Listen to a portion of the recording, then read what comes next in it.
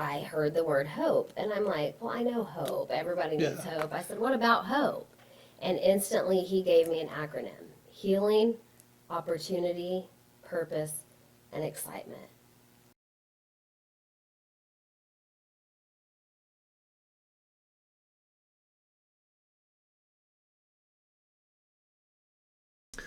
Hello, my name is Danny Brown. I'm the Pretend Painter. This is episode 3 of Pretending with the Pretend Painter. I'm here with Nanci Cosby. We've been friends for 15 years or so, but haven't seen each other in quite a while. So it's a good time to catch up and see where we've been. I believe I was in high school when I first heard of your story. I don't actually think I've ever heard your story from you, but I've heard of it. So I'm really excited to hear your story today and just get all the details and hear it from you. You've written a book about this, correct? Yes. And tell me about, where's the best place to start? Is it easier just to start to tell At the beginning? All right, let's start at the beginning. Yes, so I published my book in 2012. It's called High on Hope. And in that book, I do start at the beginning. And so I think when I share my story, that's really the best place to start. I'm a preacher's kid. So Danny, you and I met at Church of the Good Shepherd, where our families both went. And it's interesting because that's really where my story starts. As a preacher's kid, I grew up on a foundation of faith, and really blessed to say that. And I'm the youngest of 3, so I have an older brother and an older sister. And my dad pastored at Trinity United Methodist Church in Amarillo. So I grew up in Texas, and I was blessed with the foundation of faith from my mom's side, my dad's side. Both of my grandparents were Methodist preachers. My great granddad was. So all across my family, preachers, Methodists, I mean, we all went to church. And I laugh because in my book I talk about how as a baby I was passed down the pew. Oh, yeah. From little old lady to little old lady. So I would come home smelling like 1,000 different perfumes. Yeah. You know, and so I was a church baby, and I grew up in the church, and really blessed. I don't think clearly I knew at that time how much those prayers would carry me throughout my life. And so childhood was just a great childhood. And I'm very, very thankful for the parents that I had who loved and supported me. And it's really interesting because as a child, I always loved life and I loved people. And I felt really from a young age called to help people, and always had a passion for people, always stood up for the underdog, always wanted to help. And that's how I was all through elementary school. You know, I was your straight A student, really involved and active in school activities and church activities, all the way through my 8th grade year. And in 7th grade, I got the Golden Attitude Award of the Year. Of course, you know, looking back now, my mom was probably like, I don't know how. I don't know how she got that. You had it at school. Yes, at school only. But yes, so really those formative years, my years in elementary school, middle school were just great. Great years. And I was active in the youth group at church. So I had just a great support system. We moved to Oklahoma when I was 5, and then we moved to Mustang in '87. So we moved from Amarillo to Tulsa, Tulsa to Mustang, and I spent, from '87 to '96 in Mustang. Okay. So I would say Mustang's kind of what I consider my hometown. Okay. So my 8th grade year was a difficult year for my family. My sister, who's 2 years older than me, was 15 at the time, and she found out that she was expecting. She was pregnant. At 15? At 15. And my parents as a family, we had never really gone through anything that was that traumatic, really. You know, for one, my sister was still a child herself. And then my dad was going to have to share with the congregation that, you know, his daughter was expecting. And so there's a whole other issue in that. Yeah, image change. The image, you know, and so, and then that was my big sister. It just changed the whole dynamic, really, of our family. And my dad said, you know, I have preached grace my whole entire life. I'm not about to not give it to my daughter. And so we stuck together as a family. It bonded us as a family. But I think at that time, the focus went to that situation. I mean, you put out the biggest fire first, you know. And I think, is that true? Do you put out the biggest fire first? Annie, you would know. You go to the seat of the fire. You are correct. Okay. Or whatever's threatening something I else. was like, wait a second, I might be saying that wrong.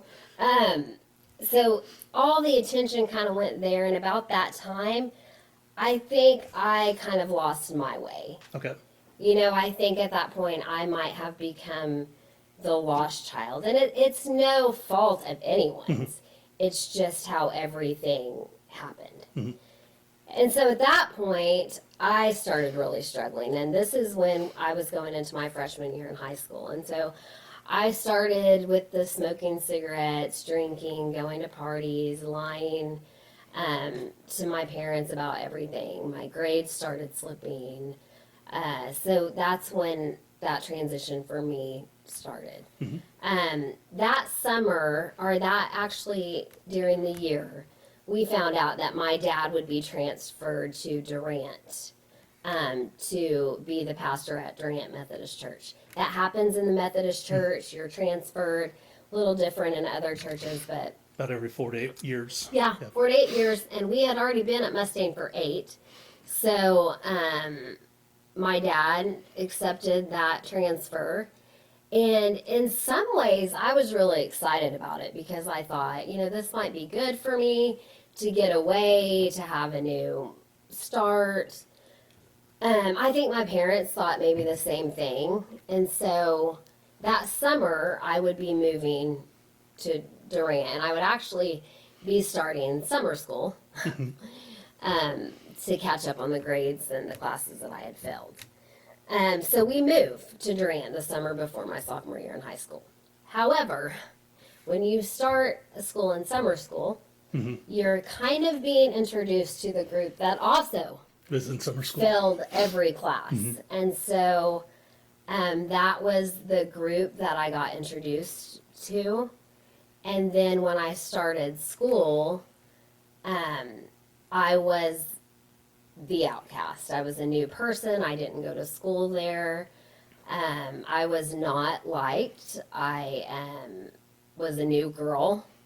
So I was bullied in a lot of ways, just being a new face, a new girl. The new target. The new target. And I never in a million years thought I would go through that. And they talk about bullying a lot now. They did not talk about it then. And you just kind of pushed it under the rug.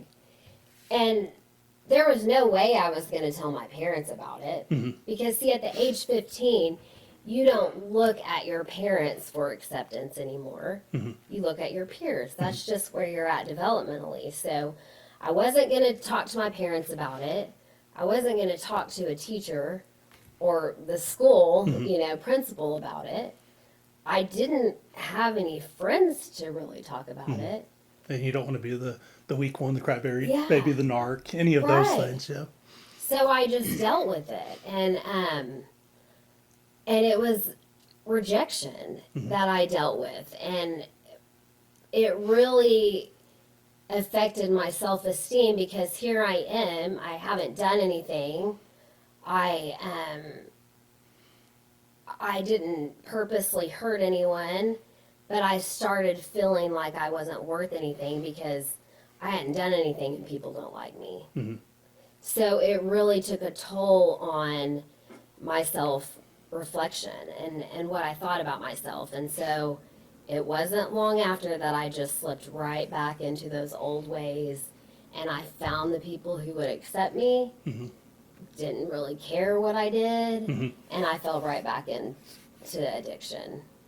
And at that point, it wasn't just pot, it wasn't just drinking, but I started doing cocaine, I started doing meth, and you start doing that stuff, and it's not long before you're just a full-blown addict. And so that's when my life really became unmanageable. Did you see that every time you tried something new, that it just deepened your level of like lying or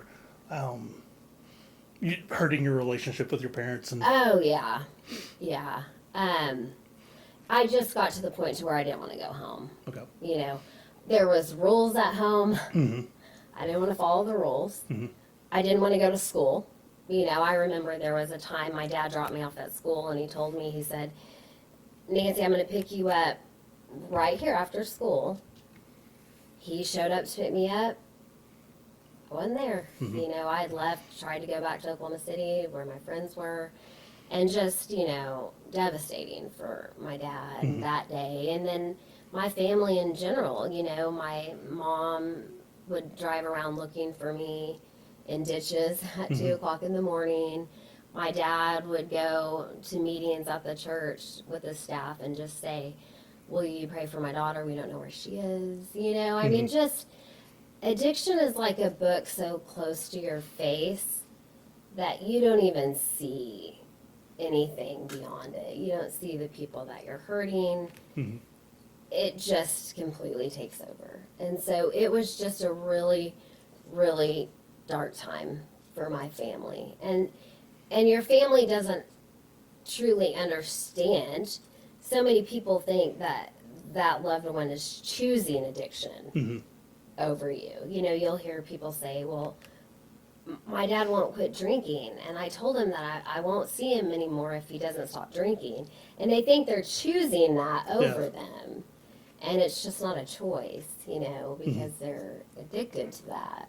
Or they're not seeing past what's right in front of them.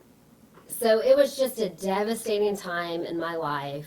I remember I was staying at this just ran down drug house, and my brother came and knocked on the door, and I answered it, or I came to the door after they told me it was for me, and my brother said, I'm looking for my sister. When you find the real Nancy, will you tell her brother came by? And he was talking to me. oh really? Did he know it? So, yeah. Okay. But he was just trying to say, you're not my real sister. Yeah. You know. So there was a lot of moments like that were just heartbreaking. You know, at one point I came home to get clothes, and I tried my key in the lock and it didn't work, but my mom's car was there, so I went around to the back of the house, and I could see my mom, and I like knocked, and I'm like, Mom, and she never looked up. And I knew at that moment, like, this is my choice. I could be inside that house, safe, have everything I needed if I just stopped and chose that. Like, it's all there. It's all there. Or I can continue to live the life I'm living and walk away from it. So I knew that, you know, if I continue to live this lifestyle, that I'm sacrificing that. And I mean, don't you know, it broke my mom's heart Oh yeah. to have to do that tough love. But that's what it got down to. You know, they couldn't let me come and go and get things for my room and my house, you know.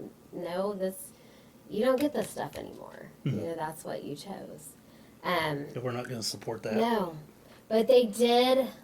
I collect turtles, and I had a turtle lamp in my window, and they left that turtle lamp on for me every night just to know when I drove by that you're always welcome home, but you just got to stay home. You got to come home. So, and what age was this? 16. 16. Okay. 16 years old. I'm just thankful today that my girls didn't go through that, because when I look back at some of that stuff, I'm just like, I don't know how my parents did it. I really don't know how they did it. So I continued on that journey of just hardship. I didn't have any money. I was living with my boyfriend and his dad, who was a dealer, and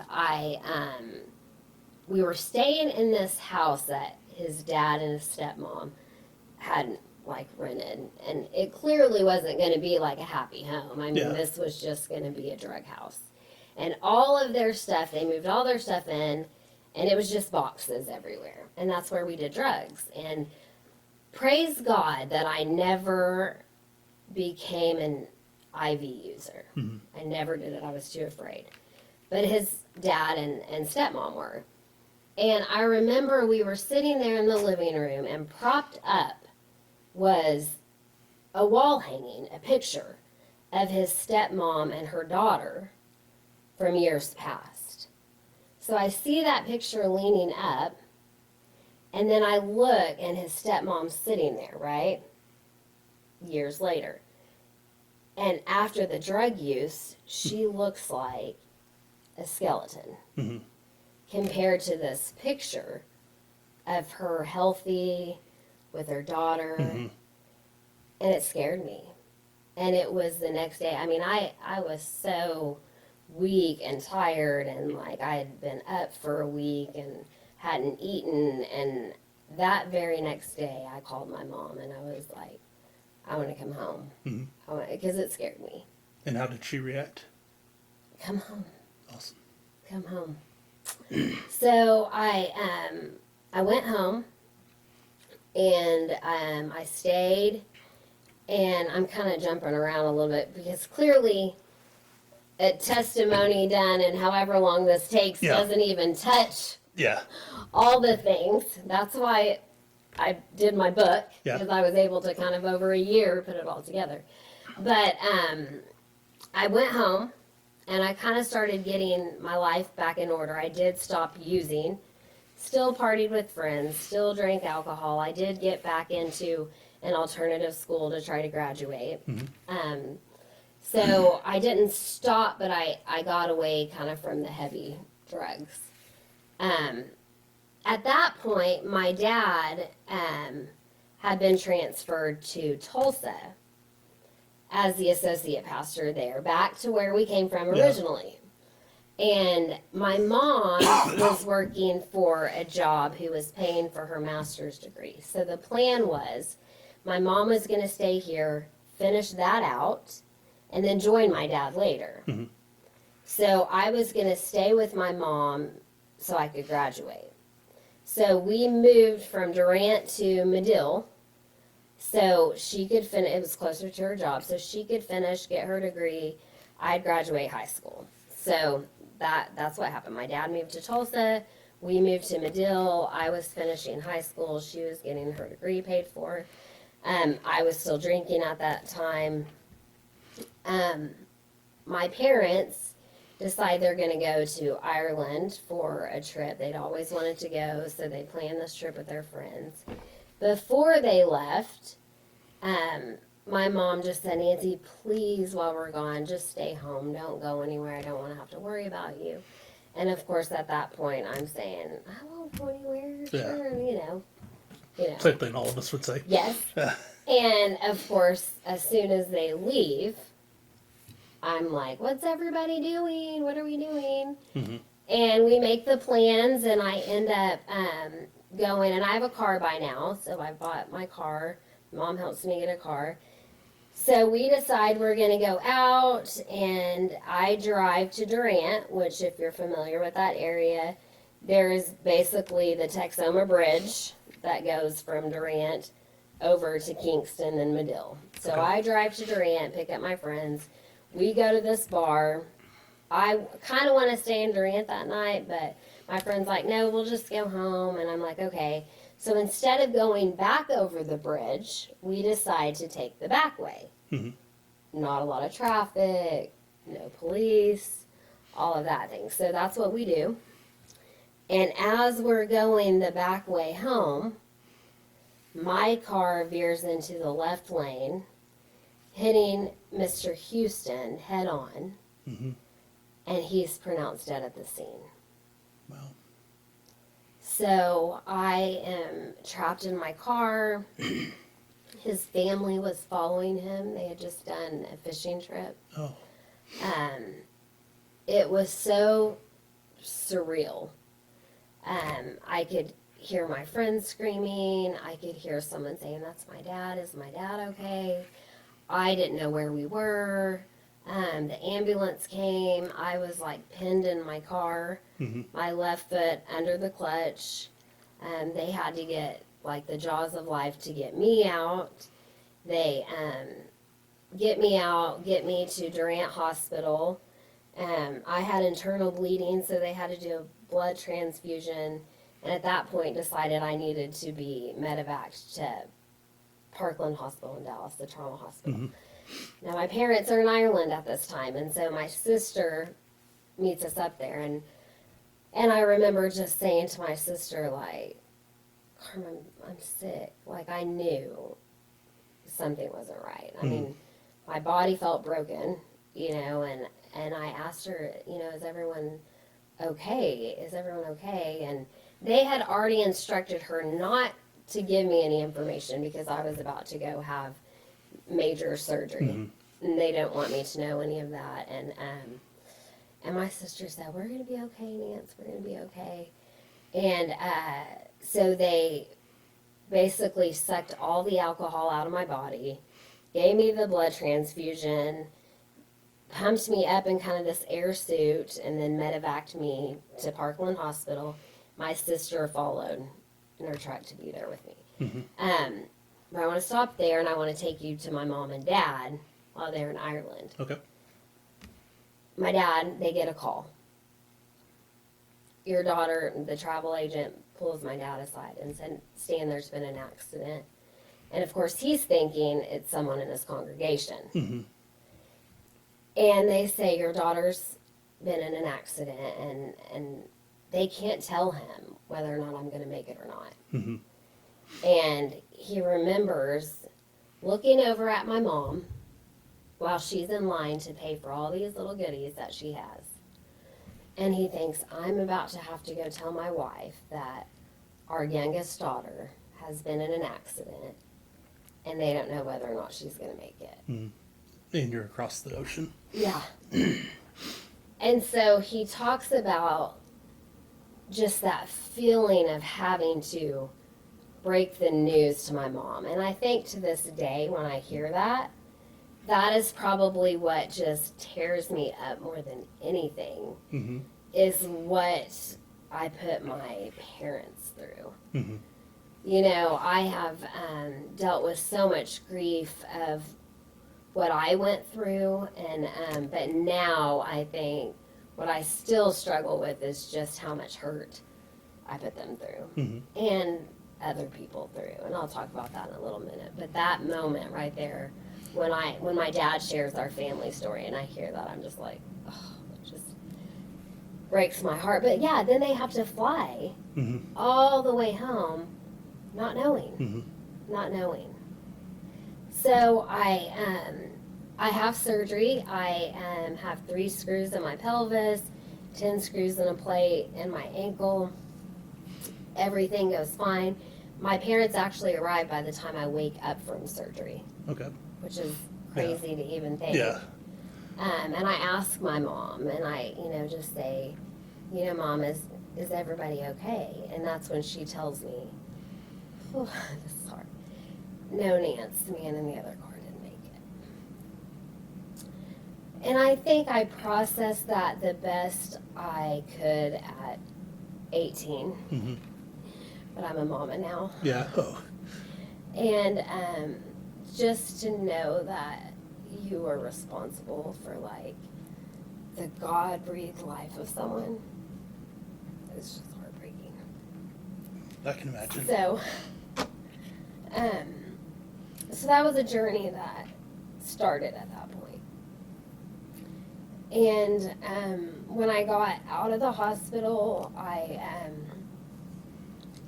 wrote a letter to the family and just tried to, in words, express how sorry I was. Mm-hmm.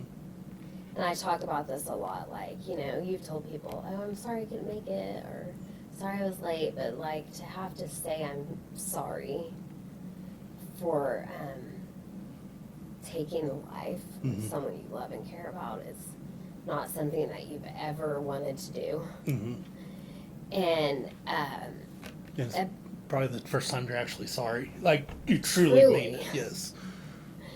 And I remember, and I think even in that letter I said, I don't know if I could ever forgive somebody if that happened to me.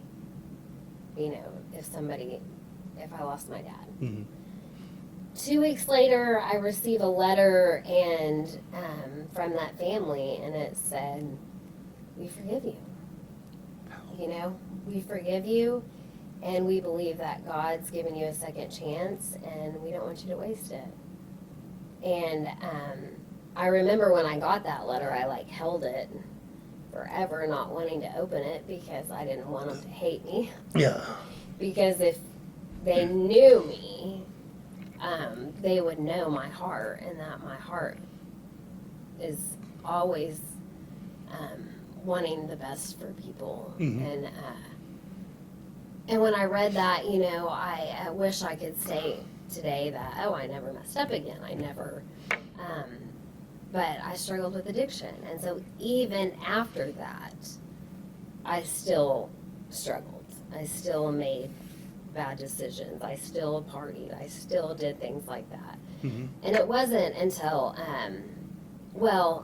my dad driving back and forth from Tulsa to see us. And I remember one time I was going to Tulsa with him after my wreck, and he looked at me in the truck and he said, Nanci, you can keep running, but one of these days God's going to get a hold of you and you'll never look back. Mm-hmm. And I always laugh because my dad's like, when he speaks to you, it's like the Holy Spirit. And you believe him. Yeah.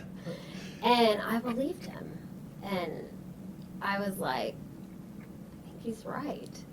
I didn't know when, Mm-hmm. but I really believed him. And not long after that, I chose to move to Tulsa with my dad. I was just hanging out with friends one day, and I just said, I'm going to move to Tulsa with my dad. Mm-hmm. I hadn't asked him. I hadn't talked to my mom about it.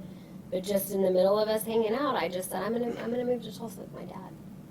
And I did. Mm-hmm. I moved to Tulsa with my dad. I got away from people, places, and things. I started kind of changing my life a little bit. Then I got to Tulsa, and of course, well, let me go back.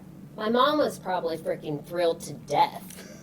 Like, here, take her, Yeah. give me a break. I'm sure she was finally able to get, good sleep at night, Yeah. And so I went, and I still somehow found people to, party with. Mm-hmm. But then I got pregnant. Yeah. And my daughter was born. What age Kaylin were was you? born. I was 19. 19? Okay. It was a year after my wreck. During that pregnancy with Kaylin, God just showed himself to me in ways that I had just never, ever seen. Mm-hmm. Because I think for so long I had just rode the coattails of my parents' faith. Mm-hmm.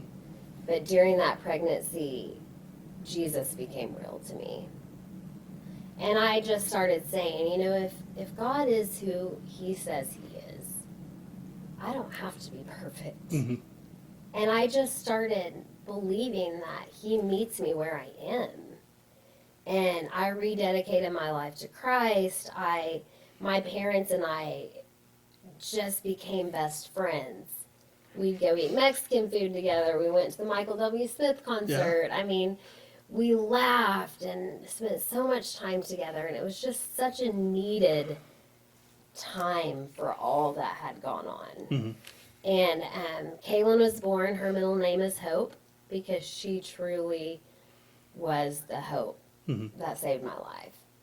And then I got back in school. I started going to college because I had graduated from alternative school, moved in with my dad, went back to graduate, and then had Kaylin, and then got into college and just really started doing the next right thing. It's interesting. I went to a funeral back in Durant, and all my old friends were getting high at the funeral, right? Yeah. And I'm sitting in the car studying for an exam for college. And my friend that rode down there with me was like telling me that they were saying, "Where's Nancy?" And he was like, "Oh, she's in the car studying for a college exam." And they're like, "She's not smoking with us?" And he was like, "Nope." And they were like shocked. Yeah. And I thought about that later, and I was like, I'm so proud of myself because they were so shocked that I didn't do that anymore. But here I am in the car like a nerd studying for my college exam. But it was just such a great example of how much my life had changed. And so then not long after, I had Addison, and just my life was just beginning to change. And then at every opportunity, I was just getting asked to share my story. And at one point, I was asked to share my story for a sorority. And they asked me to come and share. And every time before I'd share my story, I would just say, God, what do you want them to hear? And I heard the word hope. And I'm like, well, I know hope. Everybody needs hope. I said, what about hope? And instantly he gave me an acronym: healing, opportunity, purpose, and excitement. And it was my testimony. Through this, God has brought healing to my life, which has now given me an opportunity to share with others, which has been my purpose, my God-given purpose. And when you find your God-given purpose, there's an excitement Absolutely. like no other. So he gave me my whole testimony in that acronym. And so now I'm able to just share my story. I published my book in 2012. On your book, how do we get to it? It's on Amazon. Okay. So it's on Amazon. I think it's on Barnes and Noble. I think you can just type in. It's actually Nanci Cosby Johnson. I was married at the time that I published it. And then it's Nancy with an I. So that'll throw you off. Nobody spells it right. Yeah. But if you look on Amazon, so it's pretty easy to find. We'll try and put a link on here. And then you can also, if you, it's like on Kindle, so you can get it on the e-reader if you don't have. Okay. Yeah, it's pretty easy to find.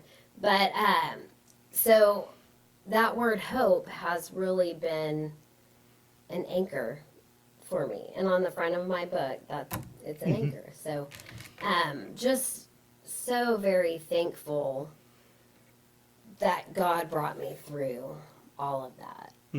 Now I have 2 other kids, Tegan and Baker.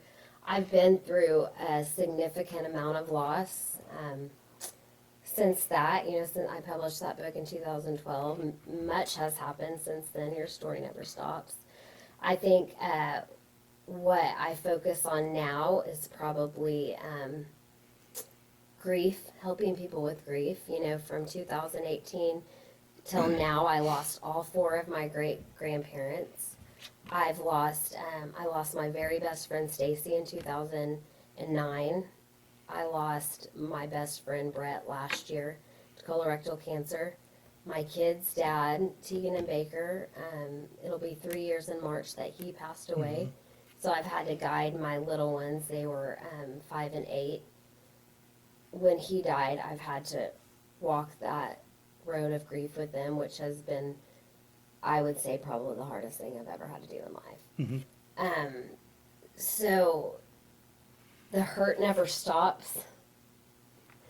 But there is one thing that I always keep in mind, and it's a story that my dad has shared with me of a couple he knew, and it was a friend of his, and their son was a diver, and he dove one time and just didn't come up.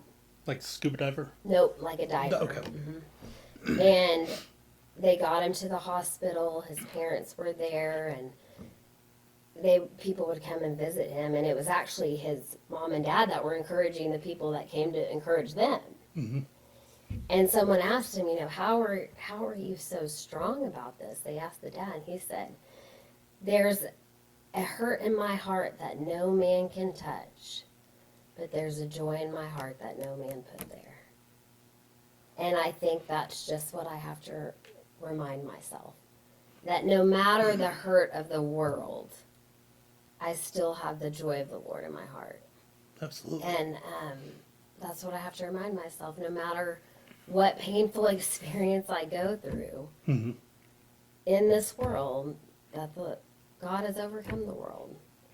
And I have to remind myself of that all the time.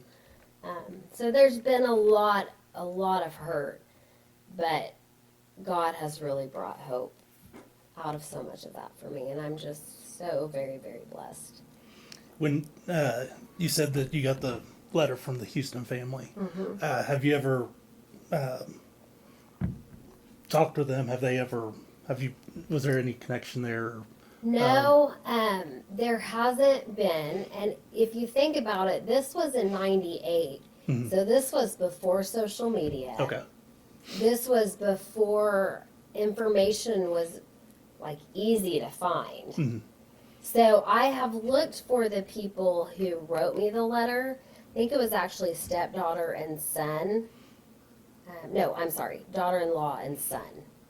And I've not been able to find them. And so part of me just wants to kind of leave it alone, Yeah.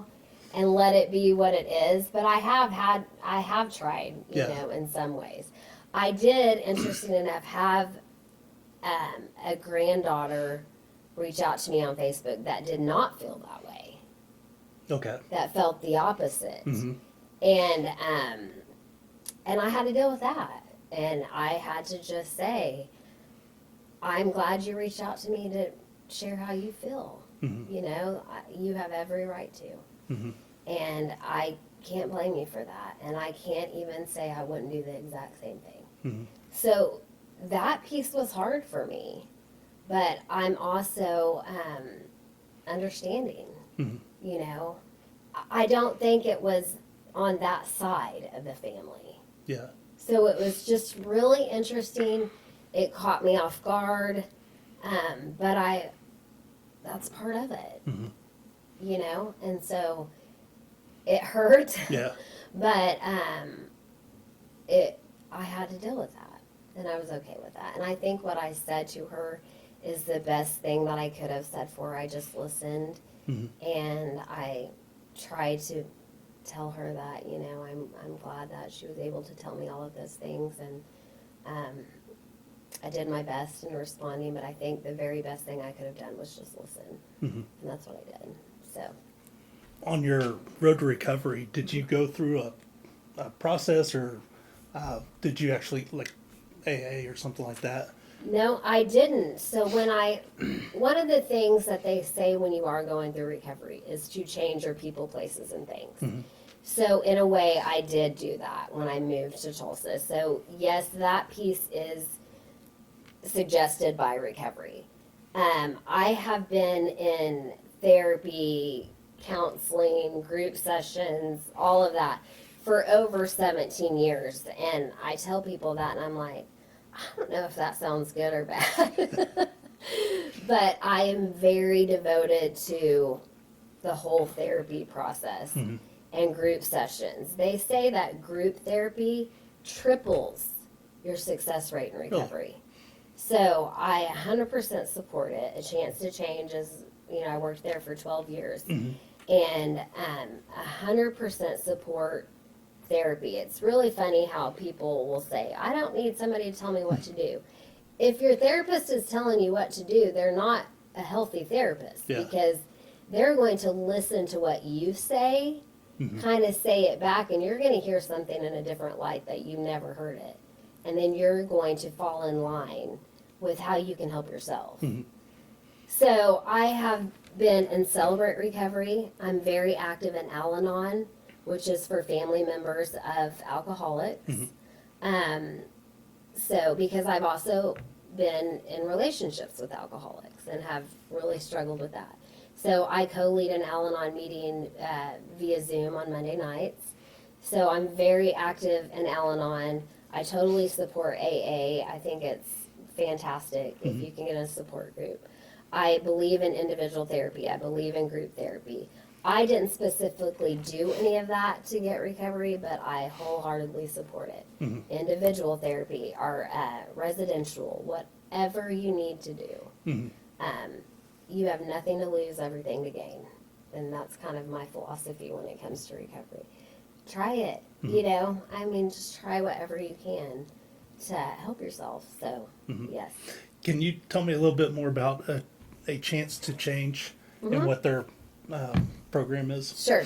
So, A Chance to Change was actually founded over 40 years ago between a principal, a teacher, and a counselor. And it was started to help teenagers in the school system, Putnam City Schools, who were struggling with substance abuse issues. Okay. Well, as it grew, what they realized was substance abuse is a symptom of something deeper. And so then it just started, they started doing services for families. And then A Chance to Change was formed. And now it's just continued to grow into services. It's one of the elite agencies for substance abuse, but it's also for mental health. And it has a gambling program. So it offers individual counseling, family counseling, couples counseling, group. I mean, it kind of has everything. It also has a free education series once a week that goes for 8 weeks long. That's free for people to just go if they don't know how to deal with a family member who struggles with addiction. A place to learn, get educated, ask questions. And those classes are taught by therapists and people who work at A Chance to Change. So it's a great outlet. Awesome. I mean, a great place. And we spoke prior to, we did the painting earlier. You've probably seen the pictures as the film has gone along. That's who you want the proceeds to go Yes, to? yes. Awesome. There are people who can't afford services, and so they have different ways that they can scholarship and fund people who can't afford the services. So that's what this, when we auction off the painting, that's Yes. exactly where that money will go to. Yeah. There will also be a link on here, so if you're not interested in the painting, you can just straight donate to the site if you feel the desire to do so. Yes. Well, thank you for sharing. Yes. Is there anything that you didn't get a chance to tell that you want to speak about? Sure. I think one of the things that most people don't realize with addiction is there's really 4 phases of addiction, and one of the things I didn't realize as a teenager is that most people just try it as an experiment. They just want to try. And then the second phase is that they might just do it at a party. Social. So type? socially. Yeah. And then the third stage is, well, okay, I'm just going to do it when I'm about to take a test. Stressed. And then the fourth one is they then become an addict. And so those are kind of the 4 stages, right? What's sad to me is when they come in, and I've worked with clients who are a full-blown addict, they would give anything to just be normal. To just go back and have never tried it. Because a lot of times they've lost family. They don't have relationships with their family. They may not have transportation. They may not have a job. They've lost everything. And so I just so badly want to tell teenagers that the people who become fully addicted just want to be normal. But so many of our teenagers and even younger now want to experiment. The other thing, looking back now, I never thought addiction would follow me into my adult years. I thought it was something I was going to do then, and then I'd be done with it, and then I'd go on and I'd live my happy life. I never thought it would follow me into my adult years. Now, maybe the drug use didn't, but the effects of it did. Mm-hmm. The low self-image, the fact that when I started using at 15, my emotional development froze Okay. at that age. So now, as in my mid-40s, I think like a teenager sometimes. Mm-hmm. And it's taken me a long time to learn how to emotionally respond to things because I started using before my brain was fully developed. Mm-hmm. Brain's not fully developed till you're 25. If you start using drugs at 15, you're halting Yeah. that. So it's taken me a lot of years of therapy to just emotionally get to where I need to be age-wise. So my drug use did come with me into my adult years. I wish I would have known that. And the second thing I wish I would have known and done better is to really just think about my actions, like driving and going out when my parents, just there's power in your thoughts. Mm-hmm. And I wish I would have just spent more time thinking about the people I could hurt, what my actions could do to people. I really wish I would have just paused and thought a little bit more. Pause, take a deep breath. And just thought, yeah, just something so simple. Because that action that I chose to drink and drive that night affected so many people, and it could have been so different. And I wish I would have done better, I think But- I think the age that we live in now, maybe not for your outlying towns, but in a major metropolitan area, having the Ubers and so thankful. and even as a like a graduation gift, here's a Uber card or whatever, Yeah, to where yeah. it's like you don't have to tell your parents, you don't have to Yeah. tell me when you used it, but it's there for you. Yes. If you get in a bind, if you get Yes. in a bad situation, just to maybe Just be smart. maybe to prevent the next I agree. situation. I agree. And being a paramedic firefighter, I go on these scenes, and I see the emotions from both parties involved. It's like nobody went into a car wreck or into a house fire or any of these situations trying to hurt anybody. But like you said, it's the response to your action. It's the side effect of it. And hopefully being able to get our voice out, telling people, and maybe this podcast will reach somebody and Absolutely. give them the opportunity to think before they make a bad choice or bad decisions. Yes, absolutely. We go over the HOPE part again, the HOP. Yes, yes. I just want to make sure I get that. Yes. So the acronym that I felt like God laid on my heart the night before I went and shared was for HOPE was healing, Yeah. opportunity, purpose, and excitement. So those were the 4 words that he really gave to my heart that night. I've also spoken at the Victims Impact Panel, which Okay. I'm sure you're familiar with maybe.